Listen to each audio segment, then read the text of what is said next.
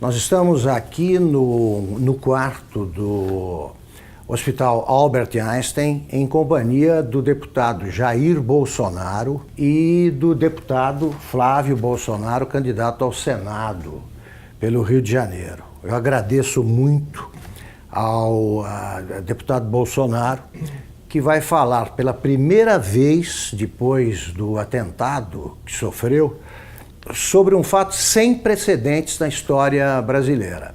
Um candidato com grandes chances de vencer a eleição foi esfaqueado durante uma manifestação popular a seu favor. Então eu queria perguntar o seguinte, deputado: um episódio desse tipo, de tal forma dramático, muda a cabeça de qualquer pessoa exposta a esse tipo de violência. No seu caso, o que o senhor acha que mudou? Na cabeça, o que o senhor passou a pensar diferente? Eu entendo que esse atentado sim, que no meu entender foi algo planejado. O senhor acha que é um atentado político? Político, esse atentado político, na menor dúvida, porque me tirando de combate, você pega os 3, 4 próximos da relação, são muito parecidos. Queria saber o que o senhor sentiu no momento. O senhor comparou um soco no estômago, a sensação. A dor foi exatamente essa, né? A dor, quando eu levei a pancada, eu pensei que um cara tivesse dado um soco, uma pedrada meio de longe. O senhor não viu o rosto dele? Não, o rosto dele não vi. Eu vi um vulto, não teria condições de desviar a cara dele, não teria condições. Tá. Eu vi que tinha um vulto que se aproximou e deu uma estocada. E quando eu caí, eu falava para o segurança, né?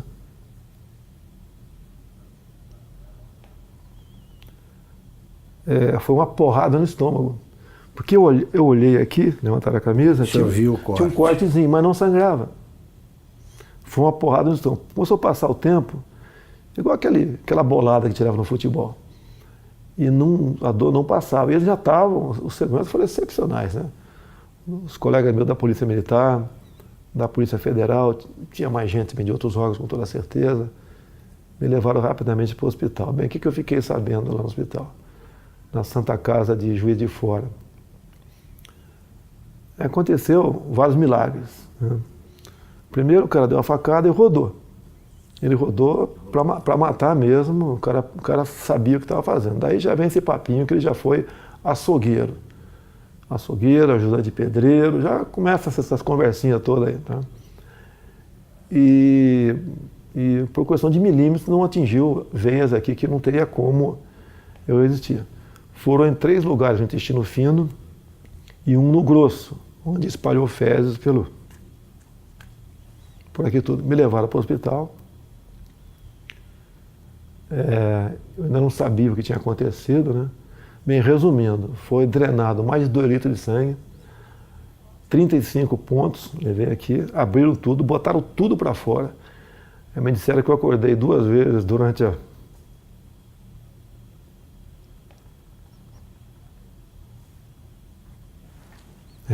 cirurgia, mas eu não estava sentindo dor, nada.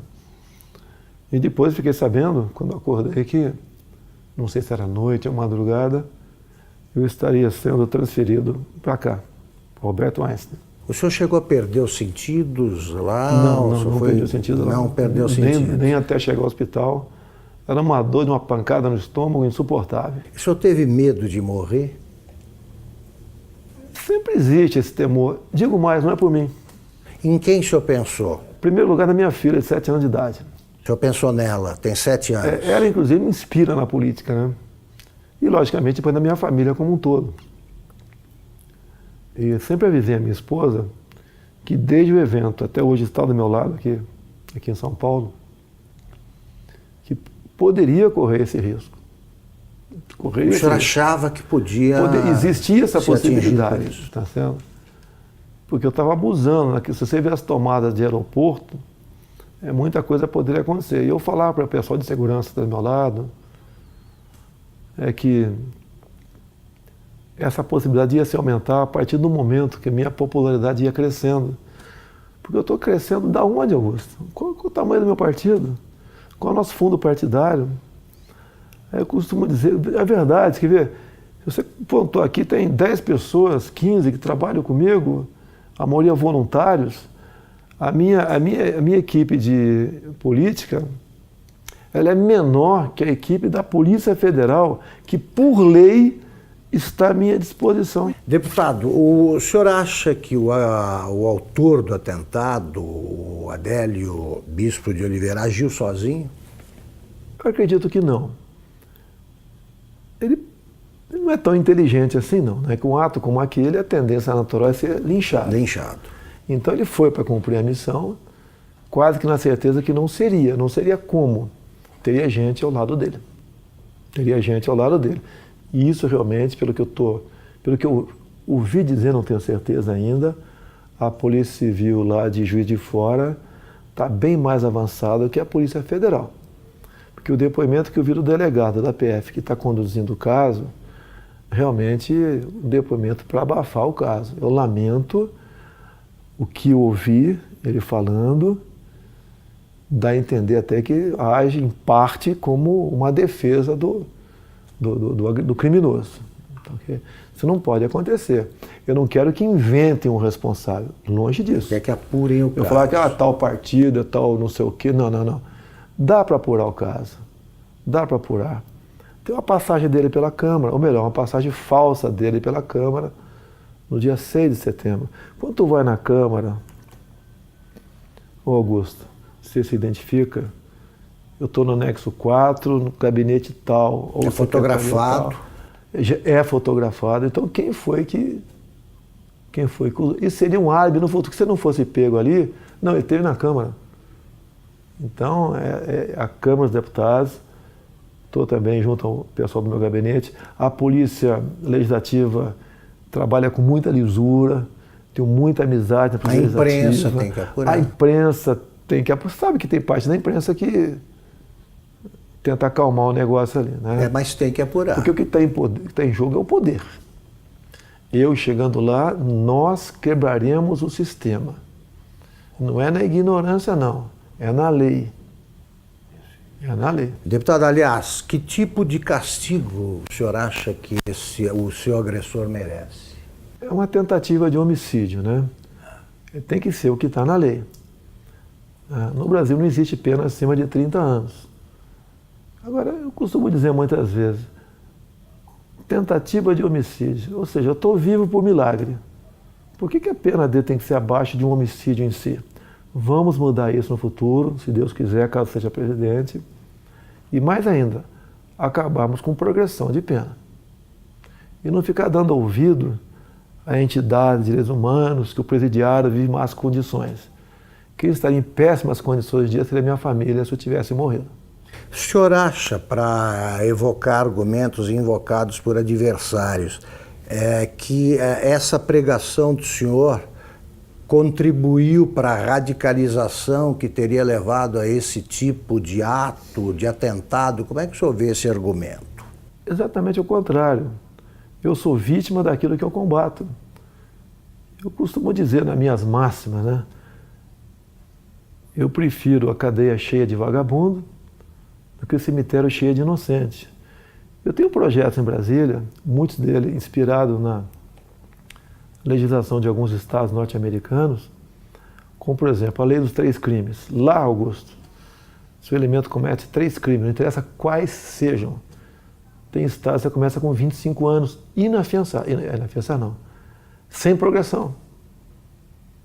Eu copiei esse projeto e botei 10 anos, vou lutar para que seja aprovado. Não tem cabimento.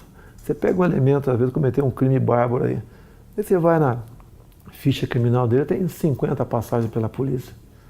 O cara cometeu 3 crimes, 10 anos sem progressão. Saiu, fez de novo, passa para 20. O ser humano só respeita o que ele teme. Se cometer crime, a punição é quase inexistente, há um estímulo para você ser criminoso. Um exemplo que tenho falado muito é de uma deputada federal, uma japonesinha aqui de São Paulo. Ela teve uns 15 anos atrás, o filho de 8 anos sequestrado e executado em cativeiro. Já imaginou alguém matando uma criança de 8 anos de idade em cativeiro? Você é pai, você é mãe, imagine uma situação dessa. O elemento foi pego logo depois. era um ex-funcionário dela. Foi condenado à pena máxima, mas depois de 6 anos foi para o semiaberto. Eu estou vendo que o senhor está entusiasmado com o programa de governo aí, mas eu quero ainda resgatar esse fato. Eu posso dar, só para dar uma história? Claro. Eu quero dar um depoimento aqui do sofrimento, da angústia nossa quando aconteceu. Eu ia te perguntar como é que foi vista a coisa do outro lado ali. Meu irmão Carlos, ao lado e do outro lado. Meu irmão Carlos está acompanhando meu pai direto nessa agenda, dando suporte para ele, pô, importantíssimo, né? E eu fiquei sabendo por um jornalista. Eu estava saindo da sessão na LERJ, me ligou, seu pai está bem? Eu fiquei sabendo que tentaram dar uma facada nele lá em Juiz de Fora. Você estava onde? Eu estava na LERJ. Aí quando ele percebeu que eu não sabia o que tinha acontecido, ele falou assim para mim, pode ficar tranquilo que, pelo que eu sei, não foi nada grave não. Foi um sentimento que eu não tinha sentido antes. Eu subi, fui no gabinete de um deputado, que eu estava indo para conversar com ele, um deputado evangélico. Rapaz, quando eu cheguei lá, tinha uns 15 pastores no gabinete dele. E eu não sei porque eu sabia, me deu uma vontade, eu comecei a chorar muito, explicando o que tinha acontecido, sem saber o que tinha acontecido, né? E aí, você não sabia? Não sabia, mas eu chorava com medo do que pudesse acontecer, mas tinha certeza que não ia acontecer o pior. Pressentiu? Tinha certeza que não ia acontecer o pior. Mas pressentiu que podia ser uma fiz aquela oração, todo mundo ali, pela saúde dele. Eu entrei no carro, foram as horas mais longas da minha vida no trânsito, que era a véspera de feriado. E aí eu sabia assim, meu irmão tá lá com ele, tá bem cuidado, tá num bom hospital.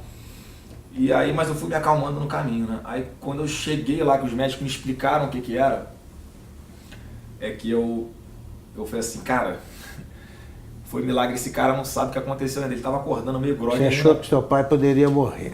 Eu em momento algum achei que ele fosse morrer, em momento não. Algum. Eu tinha uma paz dentro de mim que isso não ia acontecer. Mas quando eu vi o que tinha acontecido, a gravidade, o que os médicos me contaram, meu irmão me deu uma noção do que tinha acontecido também. E aí olha só o que esse cara me falou. Ele chamou perto, ele não tinha muita força para falar na hora. E aí ele me chamou pertinho da boca dele assim, né? Encostei o ouvido nele.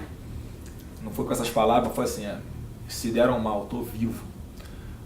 O cara no momento desse não tá pensando na saúde dele, tá pensando no todo, no que ele representa. Então, eu tenho cada vez mais orgulho dele.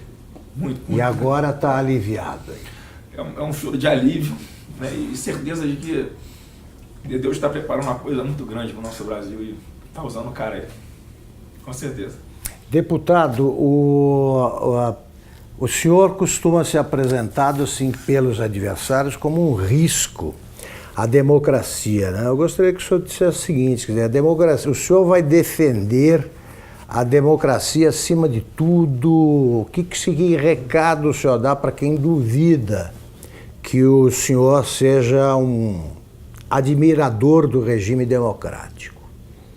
Esses caras que falam que são um risco para a democracia, na verdade, são um risco aos esquemas dele.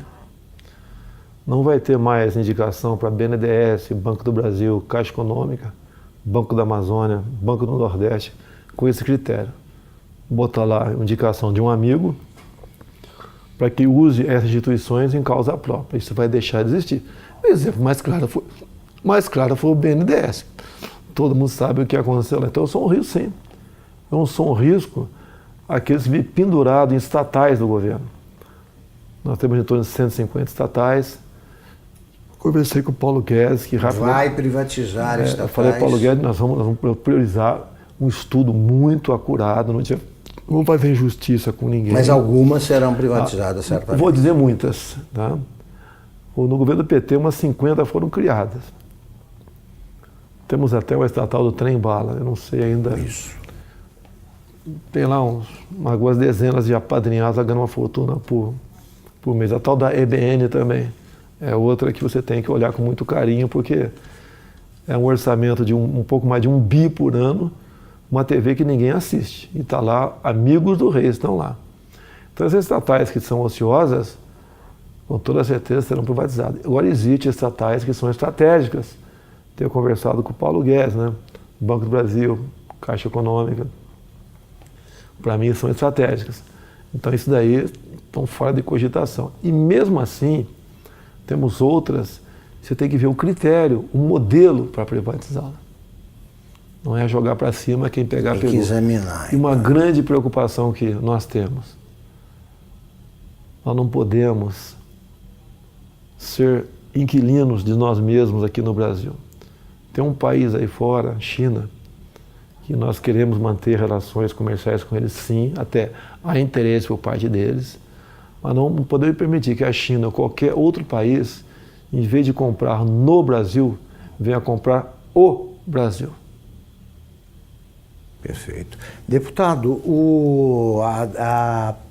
a ex-senadora Marina Silva disse o seguinte, que a prova de que as ideias do deputado Jair Bolsonaro não funcionam, sabe que a prova disso foi o próprio atentado, porque tanta gente protegendo não conseguiu impedir que o ataque acontecesse. A Polícia Federal falhou? O senhor notou falhas no esquema de segurança? O ambiente não tem como você ter um sistema de segurança perfeito. É um tumulto ali, né? Eu vejo pela televisão. E eu sempre falava com eles da possibilidade, né, crescente disso acontecer, tendo em vista o nosso crescimento junto à opinião pública. Então eu não culpo a Polícia Federal, não. Eles até ajudaram muito com os policiais militares do Rio que estavam comigo lá. Isso vai evitar, evidentemente, esse tipo de manifestação. Não, eu até as eleições, eu estou em alta até o dia 31. Sim. E a recomendação, eu não posso sair de casa. Se eu levar um esbarrão na rua com a situação que eu estou aqui, pode botar tudo a perder. Então eu não posso ir para a rua, realmente. Eu peço a compreensão dos amigos. Pretendo, a partir do dia 1º, agora, em todo o horário eleitoral gratuito, fazer uma live e conversar com o pessoal sobre as eleições. A última que fizemos, chegou live, né, ao vivo, está 275 mil pessoas presentes. Então está com uma aceitação muito boa, porque eles acreditam que a nossa proposta sempre é a verdade acima de tudo. E o Brasil também, né, como o nosso alvo principal, ninguém entende como um país que tem tudo como esse, ser o que é. Se você olha para o Japão, Coreia do Sul, para Israel, olha o que eles não têm, olha o que eles são. Olha para cá o que nós temos, o que nós não somos. Agora, a solução disso passa pela não aceitação da indicação política. O senhor pode chegar à presidência sem equipe e sem gente até para compor o ministério. O senhor vai aceitar a adesão o que o senhor vai estabelecer como pré-requisito para aceitar o apoio de outro partido? O senhor aceitaria do Centrão, por exemplo? Não vai existir isso aí, Augusto.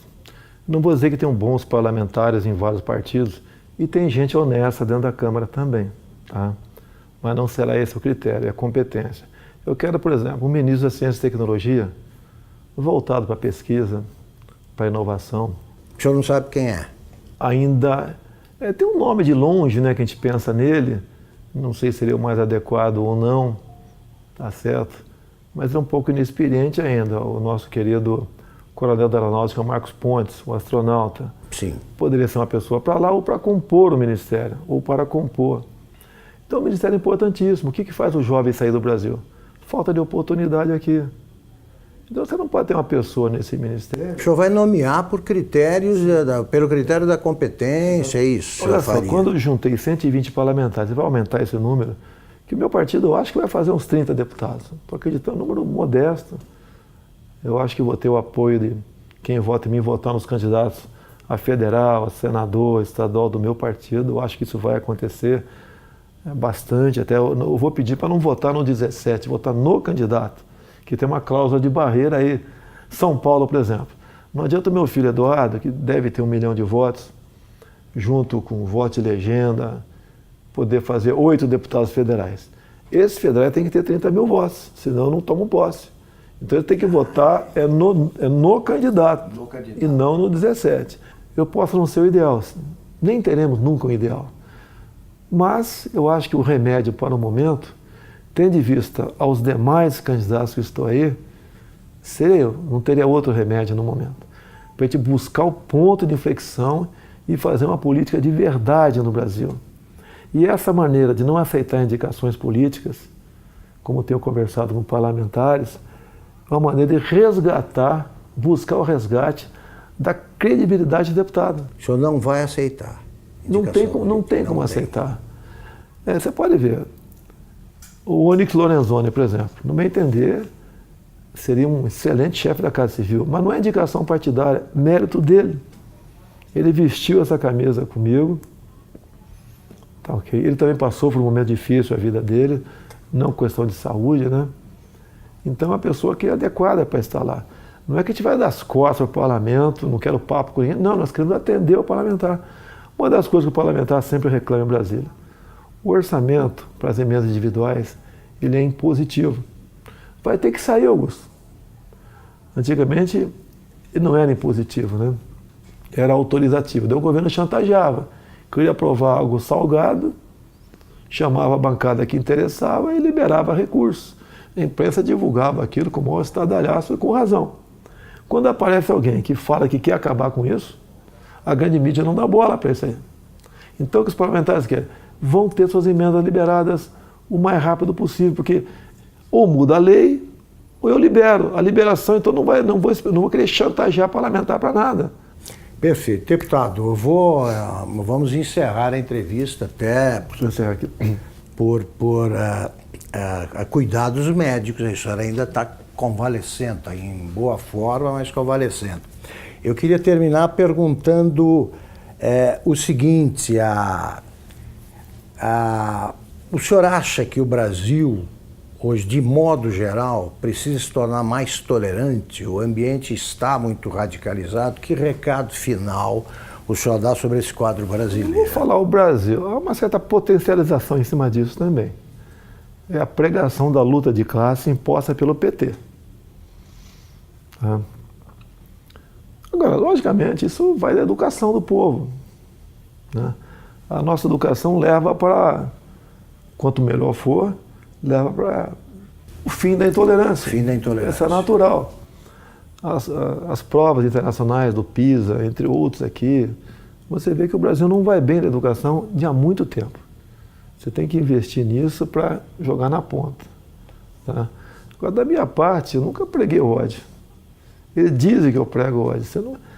Eu vi uma matéria dizendo, o Bolsonaro agride gays, negros, mulheres. Me aponte um áudio meu agredindo quem quer que seja. Uma imagem minha agredindo. Jogam e eu tenho que me explicar a vida toda sobre isso aí. É a minha família, minha nova família. Estou indo para 11 anos de casado com a senhora Michele. O pai dela é o Paulo Negão. Nossa família...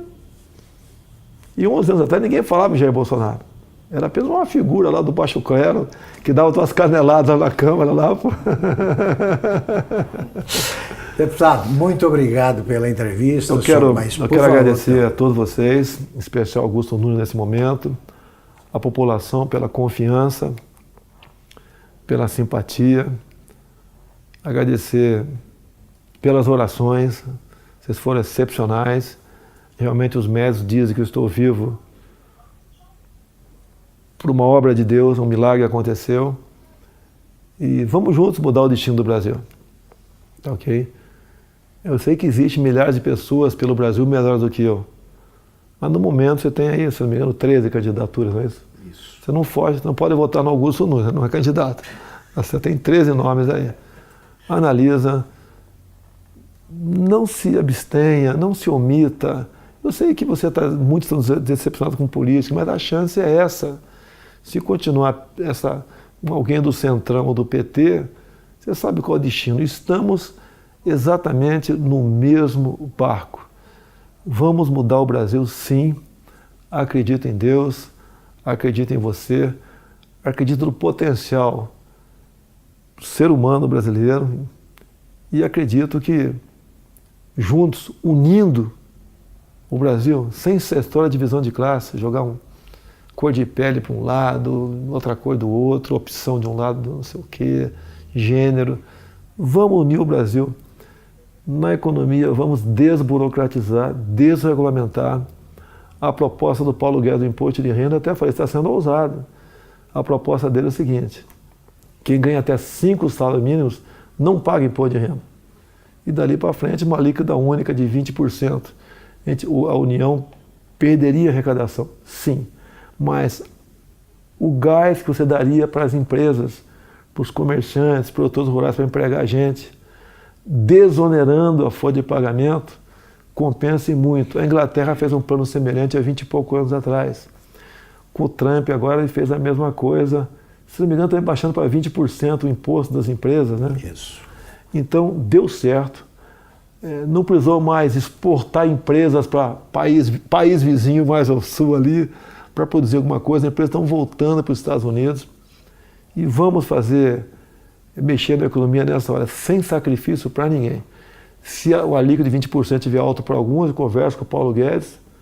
O Paulo, em vez de ser acima de 5, 20, até 10, 15, dali para frente, resolve essa parada aqui. Eu só falei uma coisa, Paulo, no final eu quero uma coisa, que a União arrecade menos. Muito bem, muito obrigado, deputado. Obrigado, deputado Flávio.